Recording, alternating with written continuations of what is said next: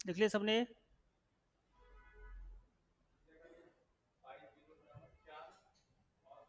4 पाई × 10⁻⁷ Henry पर metre. Mu zero का value है ये ना, फिक्स रहेगा, याद ही करना पड़ेगा आपको।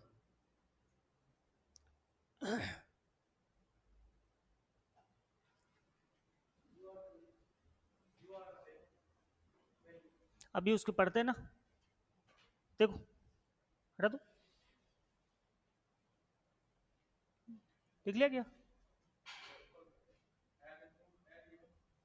L × L/A × N²। इसकी तो कोई यूनिट होती नहीं है एन स्क्वायर की, तो इसको तो लिखने की भी जरूरत नहीं थी आपको। L × L/A लिख दो, हेनरी पर इंटू मीटर बटे मीटर स्क्वायर, तो मीटर से मीटर कट गया, हेनरी पर मीटर। इसकी यूनिट निकाली हमने, है ना। परमेबिलिटी की जो यूनिट होती है वो क्या होती है? हेनरी पर मीटर होती है। तो यूनिट निकाल सकते हैं आप लोग।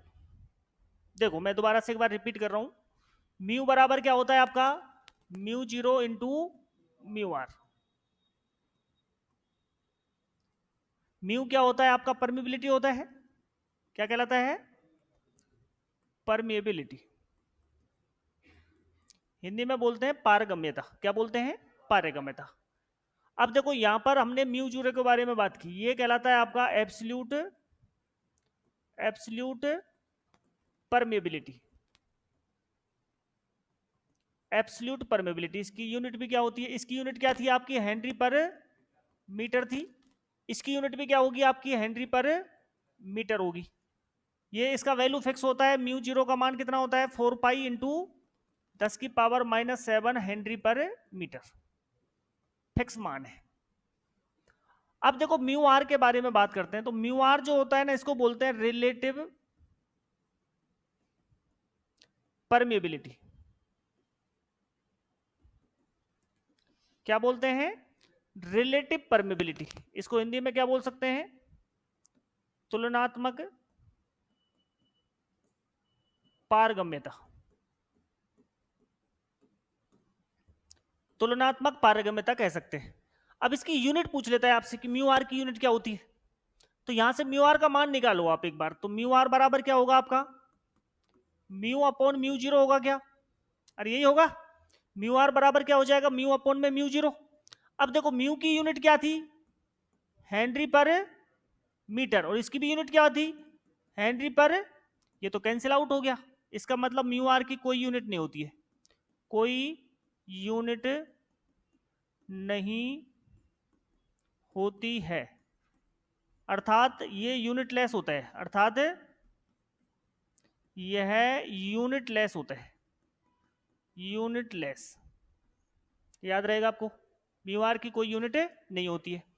अब देखो म्यू आर जो होता है ना, म्यू आर किस पर निर्भर करता है? म्यू आर सदैव माध्यम पर निर्भर करता है। माध्यम, मीडियम पर निर्भर करता है, माध्यम पर निर्भर करता है। किस पर निर्भर करेगा? म्यू आर का जो मान होता है वो किस पर निर्भर करेगा? माध्यम पर निर्भर करेगा।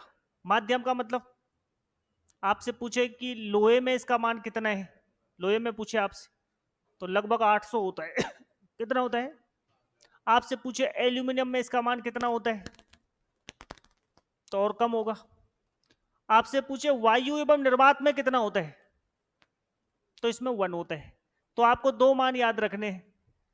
म्यू आर का मान किस पर निर्भर करेगा? माध्यम पर निर्भर करेगा। म्यू आर का मान, म्यू आर का मान वायु एवं निर्वात, एवं निर्वात मतलब एयर एंड वैक्यूम,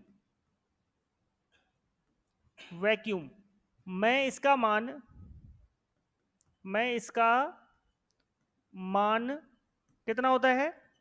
1 होता है।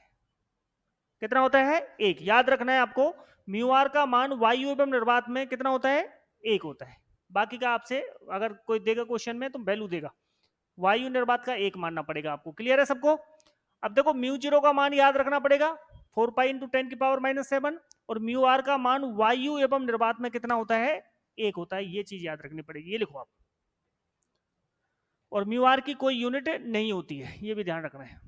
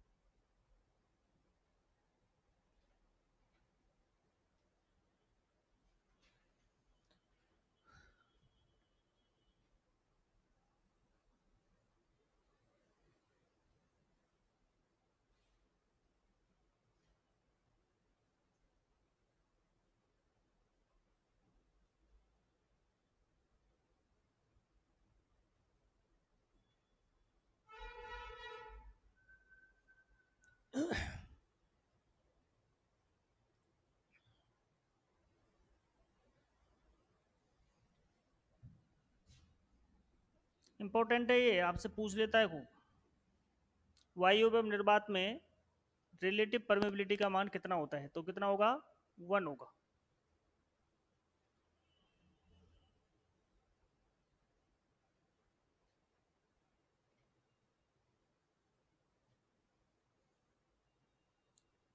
इसलिए सबने, चलें आगे। अब देखो,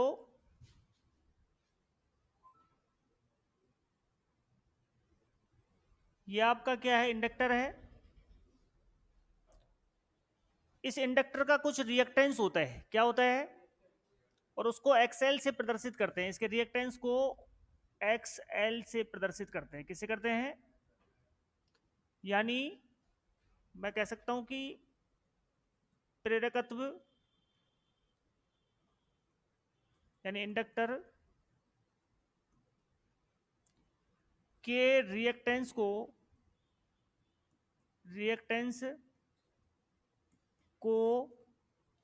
एक्सएल से प्रदर्शित करते हैं। किससे करते हैं, यानी एक्सएल को हम बोलेंगे इंडक्टिव रिएक्टेंस। क्या बोलेंगे, इंडक्टिव रिएक्टेंस।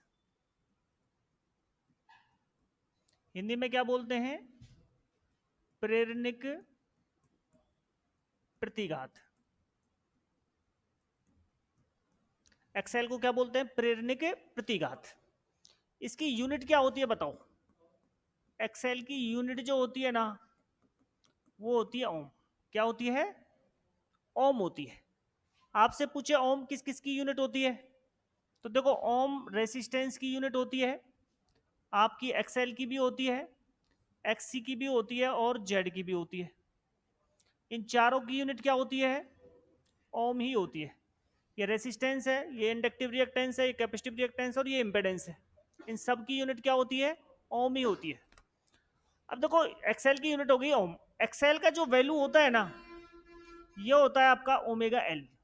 क्या होता है, एक्सएल बराबर होता है ओमेगा एल।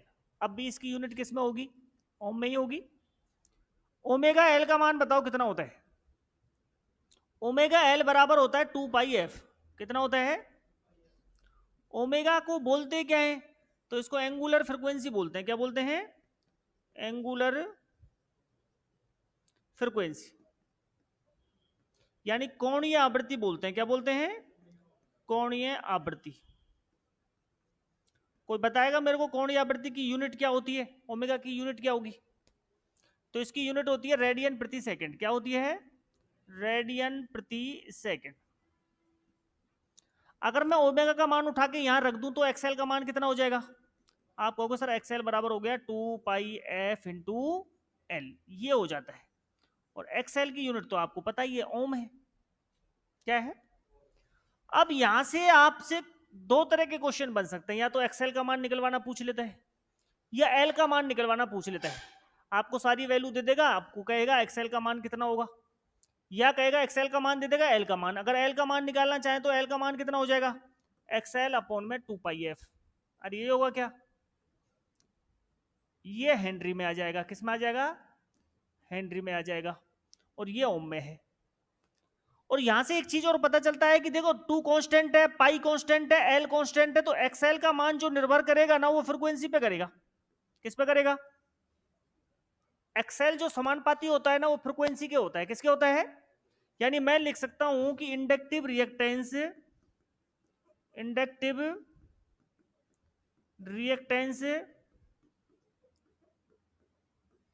फ्रीक्वेंसी के समानुपाती होता है। कैसा होता है? समानुपाती होता है। फ्रीक्वेंसी का मान बढ़ेगा तो इंडक्टिव रिएक्टेंस का मान भी बढ़ेगा, और फ्रीक्वेंसी का मान कम होगा तो इंडक्टिव रिएक्टेंस का मान भी क्या हो जाएगा? कम हो जाएगा। यहां तक क्लियर है? कि सबको दोबारा से समझ लो एक बार। कोई भी इंडक्टर है, उसका एक रिएक्टेंस होगा जिसको एक्सएल से प्रदर्शित करेंगे। किससे करेंगे? एक्सएल से करेंगे।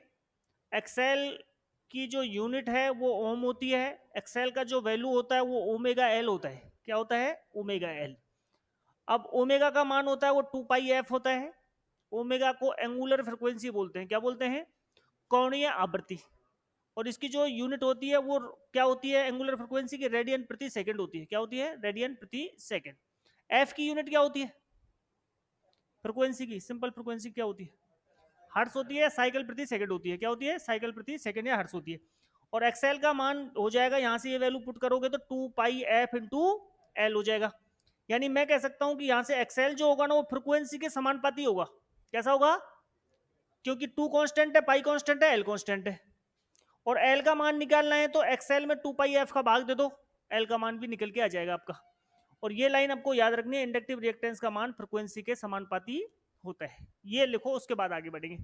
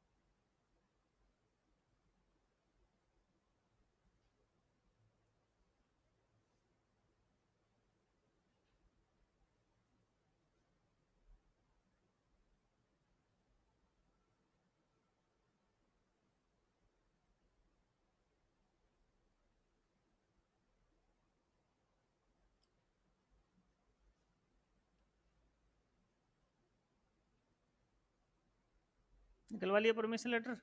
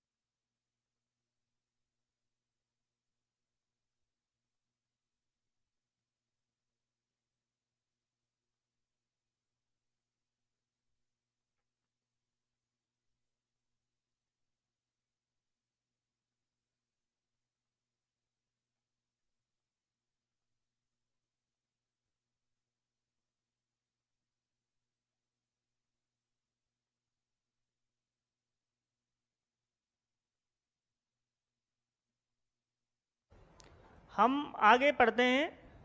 देखो हमने निकाला एक्सेल जो होता है ये फ्रीक्वेंसी के समानुपाती होता है, यही निकाला ना।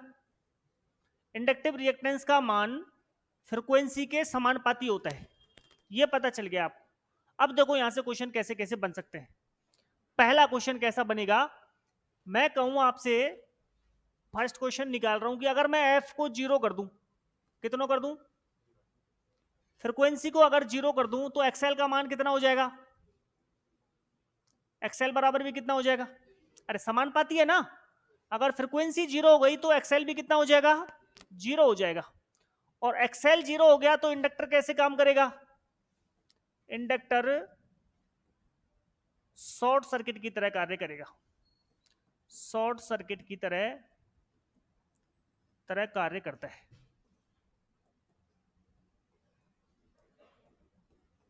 आप कहोगे सर ये क्या हो गया, समझो यहां पर। अगर मैं कहूं आपसे कि आर का मान अगर 0 है तो इसको क्या कहते हैं, आर बराबर 0 को क्या कहते हैं, शॉर्ट सर्किट कहते हैं। क्या कहते हैं, short circuit. Short circuit Hindi में क्या बोलते हैं इसको, लघु परिपथ। कहते हैं ना कि शॉर्ट सर्किट हो गया, मतलब रेजिस्टेंस का मान 0, करंट का मान बहुत ज्यादा हो जाएगा आपका। शॉर्ट सर्किट में करंट का मान बहुत ज्यादा हो जाता है। कहते हैं ना शॉर्ट सर्किट से आग लग गई, तो ज्यादा करंट होने की वजह से आग लगी हुआ है ना। अगर मैं कहूं आपसे कि आर का मान अनंत हो जाए तो आप क्या बोलोगे इसको, ओपन सर्किट बोलोगे। क्या बोलोगे, खुला परिपथ। मतलब आप आर का मान इतना हो गया कि तार ही टूट गया आपका बीच में से, ओपन सर्किट हो गया, तो धारा का मान 0 हो जाता है। ओपन सर्किट में धारा का मान क्या हो जाता है, 0 हो जाता है, रेजिस्टेंस बहुत ज्यादा है। अब ये जो आर के रेस्पेक्ट में आपने जो लिया है ना, वही आपको एक्सएल के रेस्पेक्ट में ले रहे हैं। एक्सएल बराबर 0 तो आप कहोगे sir inductor short circuit, inductor क्या हो गया आपका, शॉर्ट सर्किट हो गया। अगर मैं कहूं एक्सएल बराबर इनफाइनाइट हो गया तो आप क्या कहोगे, इंडक्टर ओपन सर्किट हो गया, ऐसे तो कहोगे ना, क्योंकि एक्सएल आर एक्सी इनकी यूनिट ओम ही है, सेम बिहेव करेगी। तो मैंने कहा कि अगर एफ बराबर 0 हो जाए, फ्रीक्वेंसी 0 हो जाए, तो एक्सएल भी क्या हो जाएगा, 0। और एक्सएल 0 हो गया तो इंडक्टर शॉर्ट सर्किट की तरह काम करेगा। इसी क्वेश्चन को अगर मैं लिखना चाहूं, एफ बराबर 0 को हम डीसी सर्किट कह सकते हैं क्या, डीसी कह सकते हैं। डीसी में फ्रीक्वेंसी कितनी होती है, अरे डीसी में फ्रीक्वेंसी का मान कितना होता है, 0 होता है। तो मैं कह सकता हूं कि डीसी पर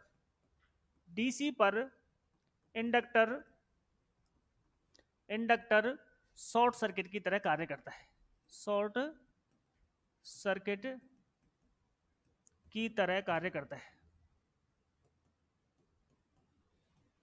बताओ यहां तक किसी को कोई परेशानी है तो। एफ बराबर 0 कह लो या डीसी कह लो, एक ही बात है, लेकिन क्वेश्चन अलग अलग तरीके से बन गए, मैंने दोनों अलग तरीके से लिख दिया। एफ बराबर 0 तो एक्सएल बराबर भी 0, और एक्सएल 0 तो इंडक्टर शॉर्ट सर्किट की तरह काम करेगा। और एफ 0 को डीसी कह सकता हूं, इसलिए मैंने कहा डीसी पर इंडक्टर शॉर्ट सर्किट की तरह कार्य करेगा। तीसरा क्वेश्चन देखो, अगर मैं कहूं आपसे कि एफ का मान अनंत हो जाए, इनफाइनाइट हो जाए, तो एक्सएल का मान कितना हो जाएगा बताओ, एक्सएल भी कितना हो जाएगा। और एक्सएल अनंत हो गया तो इंडक्टर कैसे काम करेगा, इंडक्टर ओपन सर्किट की तरह कार्य करेगा, ओपन सर्किट की तरह कार्य करेगा। बताओ यहां तक किसी को परेशानी, मैंने इसका जस्ट उल्टा रिलेशन ले लिया। वहां एफ बराबर 0 था इसलिए शॉर्ट, एफ बराबर इनफाइनाइट पर कैसे काम करेगा, ओपन सर्किट की तरह काम करेगा। यहां तक किसी को कोई परेशानी नहीं आनी चाहिए। अब आगे कुछ रिलेशन निकालने हैं, उसके लिए मैं नया पेज ले लेता हूं, इसको फिर बाद में निकालूंगा। आपको थोड़ी चीजें समझनी है।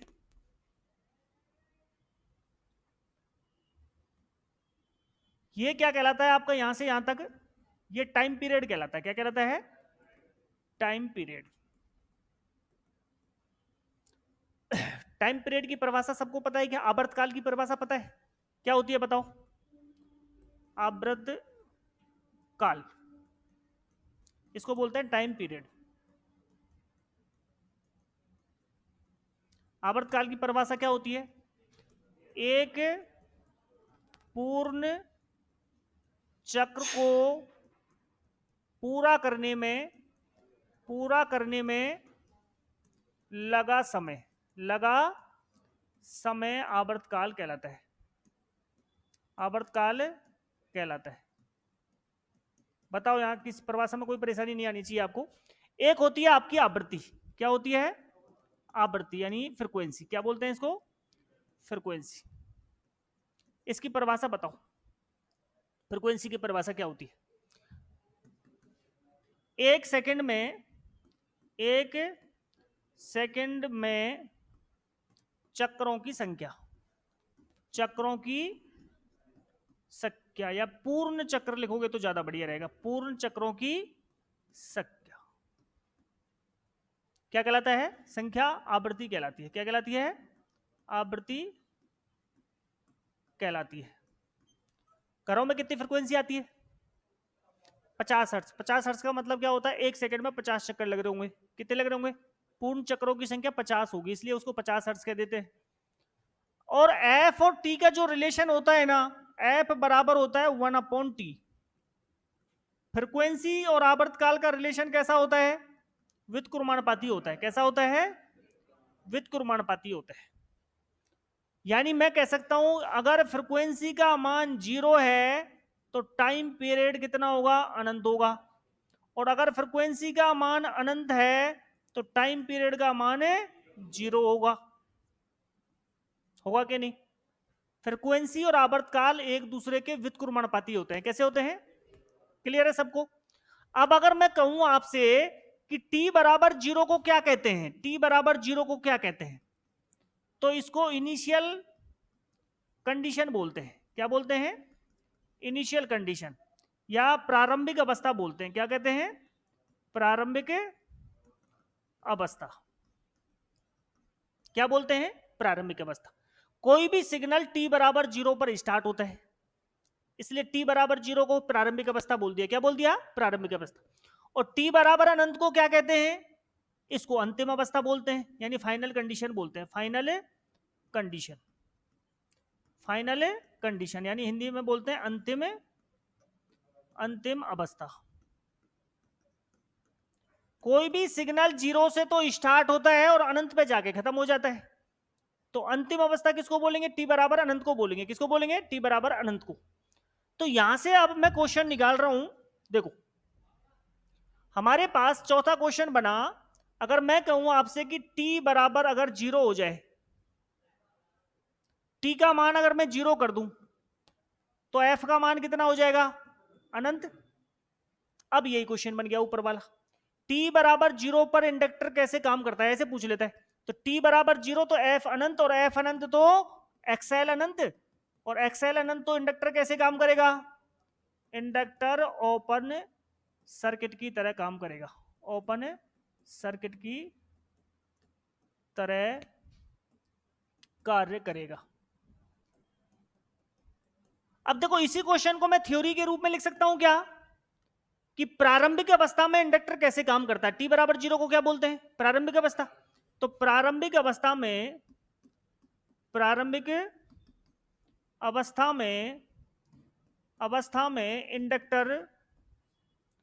इंडक्टर ओपन सर्किट की तरह काम करता है। ओपन सर्किट की तरह कार्य करता है या कार्य करेगा। इन दोनों क्वेश्चनों का मीनिंग एक ही है, आप t बराबर 0 कह लो या प्रारंभिक अवस्था कह लो। छठा क्वेश्चन बना, t बराबर अनंत हो जाए तो f बराबर कितना हो जाएगा? 0। t अगर अनंत हो जाए तो f कितना हो जाएगा? 0। और f 0 हो गया तो ये रिलेशन हमने पढ़ ही रखा है, f 0 तो xl भी कितना हो जाएगा? 0। इंडक्टर कैसे काम करेगा? इंडक्टर शॉर्ट सर्किट की तरह कार्य करेगा। शॉर्ट सर्किट की तरह कार्य करेगा। लास्ट क्वेश्चन बनता है आपका सातवां क्वेश्चन कि t बराबर अनंत को क्या कहते हैं? तो t बराबर अनंत को क्या बोलते हैं? अंतिम अवस्था बोलते हैं। क्या बोलते हैं? अंतिम अवस्था में इंडक्टर कैसे काम करेगा? इंडक्टर शॉर्ट सर्किट की तरह कार्य करता है। शॉर्ट सर्किट की तरह कार्य करता है। क्लियर है क्या? ये 7 क्वेश्चन है आपके, 7 क्वेश्चन कैपेसिटर में बनते हैं, 14 क्वेश्चनों का आंसर एक ही रहता है, या तो शॉर्ट सर्किट या ओपन सर्किट। एक बार ऐसे पढ़ लो डिटेल से, फिर मैं शॉर्ट में पढ़ाऊंगा इसको, है ना, शॉर्ट में आपको समझा दूंगा। तो ये लिखना, और यहां से नेक्स्ट पेज निकालना, तो ये भी लिख लेना आप लोग, है ना। तो अभी तो ये लिख लो आप, है ना।